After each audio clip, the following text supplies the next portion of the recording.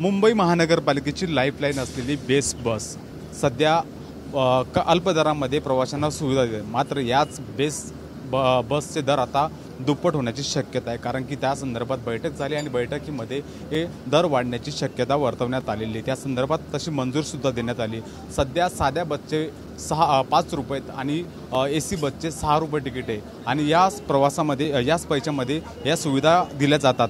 तर आपण बघू शकतो की बेस्ट बस ही तोट्यामध्ये आहे आणि या तोट्याची तूट भरून काढण्यासाठी एक उपाय म्हणून बेस्टच्या तिकीट दरामध्ये वाढ होण्याची शक्यता वर्तवण्यात आलेली। तसं त्या संदर्भात निर्णय झाला आहे। मात्र बेस्ट प्रशासनाची बैठक होईल, त्या बैठकीनंतर हा निर्णय घेतला जाणार आहे। आपण काही लोकांशी जाणून घेऊया की बेस्ट बसचे दर दादा, आता तुम्ही बेसचा दर दुप्पट होण्याची शक्यता आहे किंवा त्याची वाढ होणार आहे लवकरच, काय सांगाल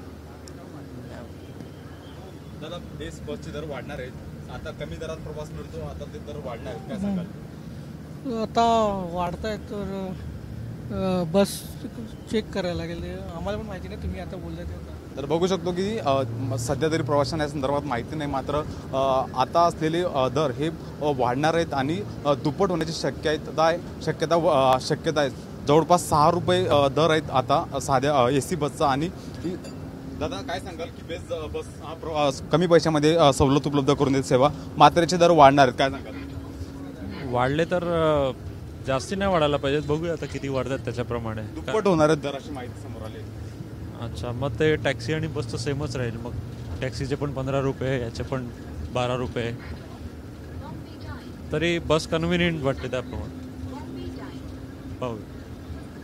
बस कन्व्हिनियंट पडते असं लोकांचं म्हणणं आहे। मात्र दादा, काय सांगतील बसचे दर तिकिटाचे दर वाढणार आहेत? आता वाचलं, सकाळी न्यूज वाचली आम्ही की वाढणार आहेत म्हणून प्राईस।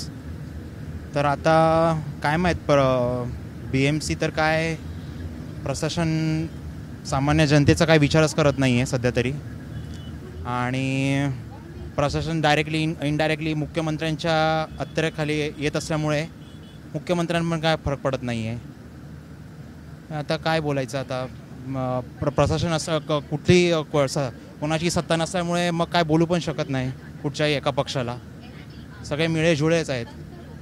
तर काय जे आहे ते आहे, आता काय करू शकत नाही। मुंबई महानगरपालिकेवरती प्रशासन नाही, त्यामुळे हे होत आहे असं नागरिकसुद्धा म्हणत आहेत आणि या दरवाढीचा फटका हा नागरिकांना बसणार आहे। Camera person आदिलसह Mihira Dhakane, TV9 Marathi, Mumbai.